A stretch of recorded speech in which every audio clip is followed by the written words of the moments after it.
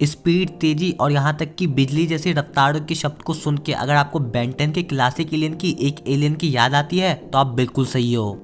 मैं बात कर रहा हूँ बेन 10 के एलियन एक्सेलरेट के बारे में, जो कि उसके बाएं हाथ का खेल है ये सब करना। पर एक्सेलरेट की रियल ऑरिजिन स्टोरी हमें बेन 10 की सीरीज में कभी बताई ही नहीं गई, जिसकी वजह से बहुत से फैंस के बीच में इतनी सारी कंट्रोवर्सी है कि आखिर एक्सेलरेट इतना ज्यादा कूल और पावरफुल होने के बाद बेन 10 क्लासिक के बाद बेन 10 एलियन फोर्स और बेन 10 अल्टीमेट एलियन में दिखाया क्यों नहीं गया, और एक्सेलरेट अपनी स्पीड की मदद से क्या क्या कर सकता है। तुम्हारे सभी सवालों का जवाब आज मेरे पास है, जो कि मैं इसी वीडियो में दूंगा, और जानेंगे एक्सेलरेट की पूरी ऑरिजिन स्टोरी और इसके सभी ऑसम फैक्ट्स। तो वीडियो में बने रहना और वीडियो को एंड तक देखना। वाओ, नया एपिसोड।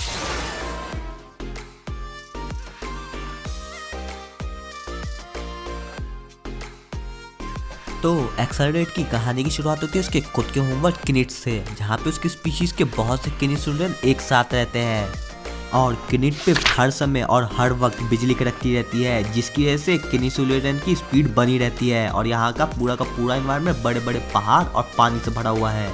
और सारे के सारे किनिट चिल्ड्रन बहुत ही ज़्यादा स्पीड में दौड़ने में माहिर होते हैं, पर वो सिर्फ और सिर्फ ऐसा अपने प्लेनेट पे ही कर सकते हैं। लेकिन आपने एक्सेलरेट के पैरों के नीचे दो बॉल देखी होगी, जो कि उसे बहुत ही ज़्यादा स्पीड में कहीं पे भी दौड़ने में मदद करती है। और ये खास तरह की बॉल सिर्फ और सिर्फ उनके प्लेनेट किनिस पे ही मिलती है, और इस बॉल का नाम ग्लाइडर बॉल होता है, जिसमें बिजली जैसी पावर होती है, जो कि कहीं पे भी और किसी भी वक्त किनिट चिल्ड्रन को कहीं पे भी दौड़ने में मदद करती है।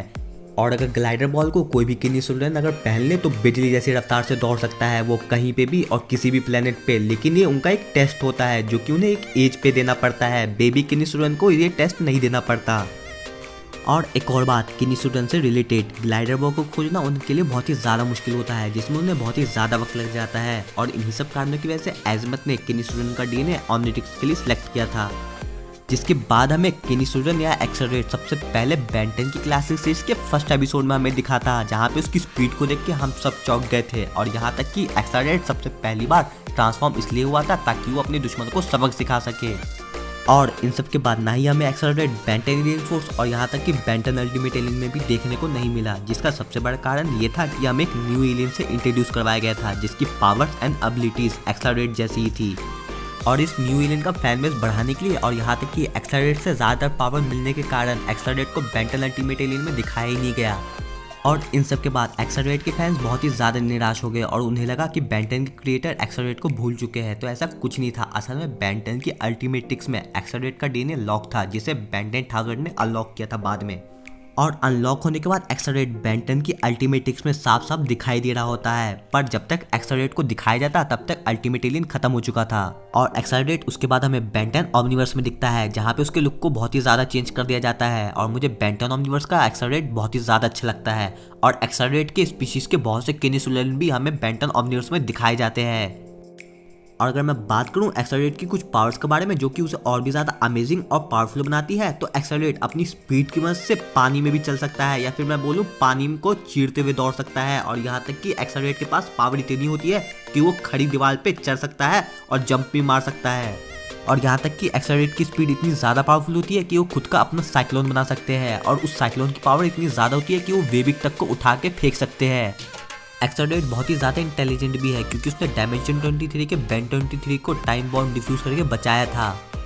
पर इन सब के अलावा भी एक्सेलरेट की बहुत सी वीकनेसेस भी है, जैसे एक्सेलरेट की स्पीड बिल्कुल भी बर्फ पे काम नहीं देती और वो बिल्कुल कमज़ोर हो जाता है बर्फ पे। और यहाँ तक कि एक्सेलरेट अगर बिल्कुल भी एक्सपीरियंस का ना हो तो वो चिपचिपी चीज़ पे चिपक सकता है, जैसे कैंटन चिपक चुका था। और इन सब के बाद हमें एक्सेलरेट बेन 10,000 के पास दिखता है, जहाँ पे उसके लुक को बहुत ही ज़्यादा चेंज कर दिया जाता है। और यहाँ तक कि एक्सेलरेट में ज़्यादातर बेन 10,000 चेंज हुआ रहता है। और अगर आपने एक्सेलरेट के सर पे शील्ड देखी है, वो शील्ड का भी यूज़ करना बेन 10,000 अच्छे से सीख जाता है। और इस शील्ड का यूज़ ये होता है कि कौन सा एनिमी कहाँ से आया है और किसने उसे भेजा है, बहुत सा डाटा ये शील्ड दे देता है। और जो ग्वेन का एक्सेलरेट होता है उसका डिज़ाइन बेन 10 के एक्सेलरेट और यहाँ तक कि बेन 10,000 के एक्सेलरेट से बहुत ही ज़्यादा चेंज होता है। और एक्सेलरेट से रिलेटेड एक लास्ट बात मैं बेट लगा सकता हूँ कि 90% लोगों ने इस पर बिल्कुल भी गौर नहीं किया होगा। अगर आप लोगों ने बेन 10 क्लासिक के बेन 10 के एक्सेलरेट को देखा है और यहाँ तक कि कैन 10 के एक्सेलरेट को अगर आपने ध्यान से देखा है, तो उनकी जो चिन होती है वो बिल्कुल भी शार्प या नुकीली नहीं होती। इसका मतलब ये है कि वो भी बिल्कुल यंग केनी सुल्डन है। और यही आपने बेन 10 ओमनीवर्स के एक्सेलरेट को देखा है या फिर बेन 10,000 के एक्सेलरेट को ध्यान से देखा हो अगर आपने, तो उनकी चिन बिल्कुल शार्प हो जाती है, जो कि वो थोड़े ओल्ड एक्सेलरेट या फिर केनी सुल्डन बन चुके होते हैं।